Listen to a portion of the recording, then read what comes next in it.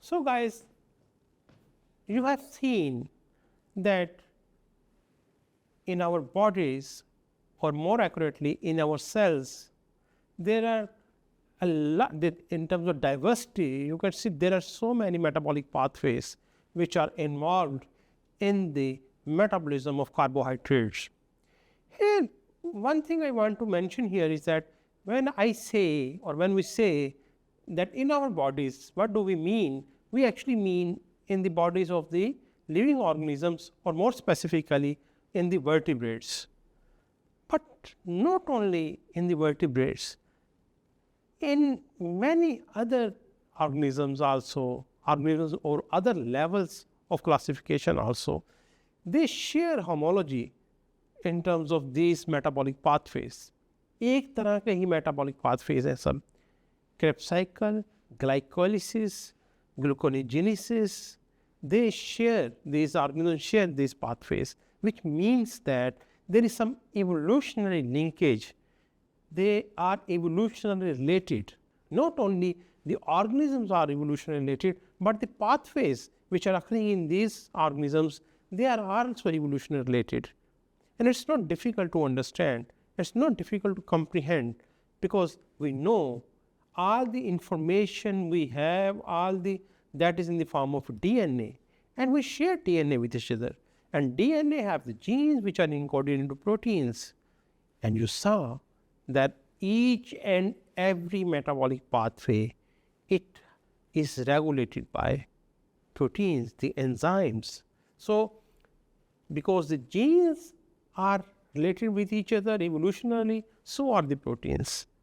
Let us see in our topic, today's topic, that how the metabolic pathways are evolutionarily linked. What is their evolutionary linkage? What is their evolutionary relationship? Whether it is in a dog, if you see, whether it is in a fish, whether it's in a insect, or whether in simple organization like protozoans, plasmodium, or amoeba, or even more simpler form, the prokaryotes, the bacteria, how these organisms exhibit these metabolic pathways. Let's have a bird's eye view of it. So as our discussion on, or exploration rather, on the carbohydrate metabolism started with glycolysis, let's see that why glycolysis is so fundamental, and how is what is its evolutionary story. I mean, what is its evolutionary aspects? Metabolism, when we are talking about the carbohydrate metabolism, it starts, or it's very what is the fundamental part of this metabolism is the metabolism of its very constituent of the carbohydrates, that is the glucose moiety, and that occurs in the glycolysis. Now, the glycolysis not only occur in me or simple organisms like insects, or even more simpler like protozoans, it also occurs in prokaryotes. You know, there is a very large division of a living organism, prokaryote and eukaryotes. Prokaryotes are those we don't have a nucleus, a well-defined nucleus, and not only this, they don't have the organelles, or membrane-bounded organelles rather. So they lack, for instance, mitochondria. So as a result, you can think that they don't have those many organelles. Maybe glycolysis is not taking place there, or it is very rudimentary. No, sir. Almost all the enzymes which are in you, which is carrying out the process of glycolysis, they are also in the bacteria. It shows that, it shows the very fundamental place of this pathway. Having said this, you also know that glycolysis have some limitations also. The major limitation is that the number of ATP molecules it gives you is only 2, especially when we are talking about anaerobic glycolysis. And of course, we are talking about prokaryotes, the glycolysis there will be anaerobic because they don't have a mitochondria to carry out the aerobic glycolysis. So, the 2 ATP molecules are very limited to really fulfill the energy demands of, let us say, multicellular organisms which are bigger in size, have more compartmentalization of their bodies because of this multicellularity, and as a result the energy demand is much higher. So, simple anaerobic glycolysis can't really fulfill that requirement. So, I must say 2.7 billion years ago, तकरीबन 3 अरब साल बनता है, what actually happened, a very, very big event happened, that one of the bacterium, let's say, we say host bacterium, it engulfed another bacterium, alpha protobacterium, and after some period, that because of the process of symbiosis, that alpha protobacterium became a part of the host cell, and which eventually evolved into the mitochondria of current animals. So, in this way, this was a big event because now the cells have a mitochondria, they have membrane bounded organelles, and their nucleus is well defined. Then another event took place some 200 to 300 million years after the origin of mitochondria, and that was that another host bacterium, it then engulfed a cyanobacterium, and that cell then eventually ended up in getting evolved into a structure which have chloroplast, into cells which have chloroplast. So, in this way, these 2 important organelles which are very, very important for biosynthetic pathways and catalytic pathways, mitochondria and chloroplast, they have their origin in the symbiotic events in which one bacterium engulf another bacterium, where the later bacteria become a part of that cell.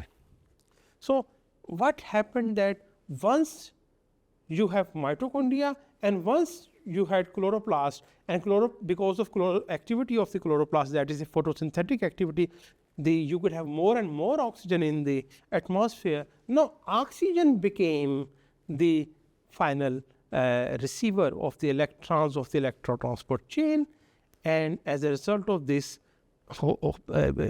in this new what we say way of using the or carrying out the energy dynamics, energy related reactions, what happened that more and more ATP could be produced.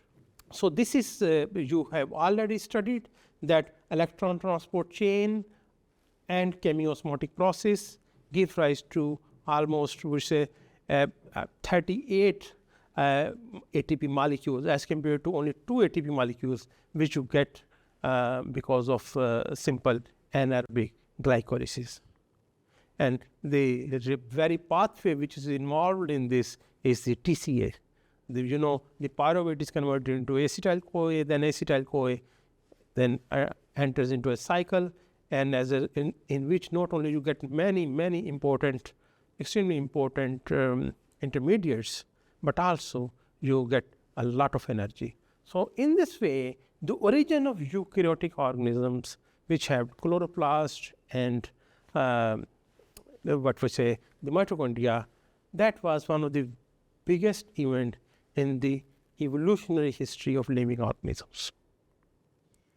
Then another event took place. I mean, we can say something like around 500 to 600 million years ago, that the whole genome duplication took place in the what we say the ancient vertebrates, you can say, or protovertebrates, and that as a result, what happened that there instead of one gene which is present in, let's say, insects or invertebrates, the vertebrates have 4 to 8 genes or set of genes. So then it means against one gene in a non-vertebrate, you have more multiple copies of the genes. When you have more multiple copies of the genes, then you will have evolutionary forces will be able to shape these genes in a way that they can be performing many more functions. So during our course, you must have heard insulin 1, insulin 2, you must have heard GLT1, GLT2, GLT3, GLT4, you must have heard any enzyme you take, protein kinase 1, protein kinase 2, protein kinase 3. Why this 1, 2, 3? Why it looks that there are copies? Because they are the result of those duplication events. And because of this duplication, what happened? Now either the function will be shared by different copies, so the process known as subfunctionalization. And because we are multicellular organisms, we have compartmentalization of the body. So it would happen that certain gene copies, what we say the paralogs, certain gene copies, or some people say, or that is wrong, that's not a right notation, but still say them the isozymes. These same copies or duplicated copies, then they will be subfunctionalized. That is, in liver, they are doing one function, one gene is doing one function, and in the heart, another copy of the gene is doing one function. In this way, there is subfunctionalization. And also, there have happened that certain copies of the same gene, they perform very new function, a process known as new functionalization. So as a result of this duplication of genes, you have a whole new repertoire of proteins, whole new collection of domains in these proteins, which really gave rise to this diversity. You see, this diversity is also responsible for the diversity in metabolic pathways you see around you. And that diversity you have been seeing during our course when I have been studying the different metabolic pathways, specifically the metabolism of carbohydrates, glycolysis, Krebs cycle, gluconeogenesis, glycogenesis, glyconeogenesis. I mean, you name it. There are plethora of biochemical reactions, biochemical pathways, which are responsible for the carrying out the metabolism of these highly important macromolecules, and it would have not happened if they were not evolving, if there was no evolution of genes and proteins which is responsible for carrying out these metabolic pathways.